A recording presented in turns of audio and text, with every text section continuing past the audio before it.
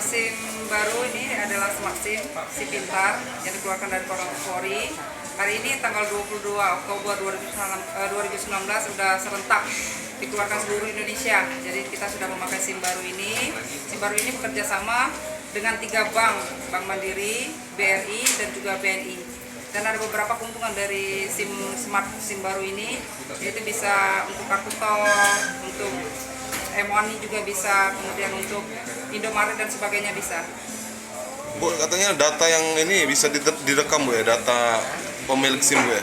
Ya, bisa. Jadi kita bisa buka aplikasinya, ada aplikasi Smart SIM ya. Nanti bisa nampak di situ. Di sini juga sudah bekerja sama dengan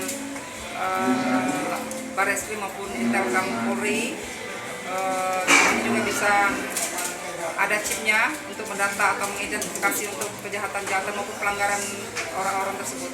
Prosedur pembuatannya sendiri gimana Bu? Masyarakat sejauh ini belum mengetahui Bu. Apa? Prosedur pembuatannya?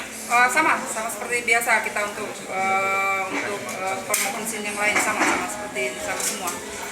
Untuk ini Bu, biayanya sama Bu berarti? Sama, semuanya sama. Jadi di sini bisa diisi maksimal ya, jadi paling banyak 2 juta. Jadi tidak mesti mendapatkan SIM ini harus ada namanya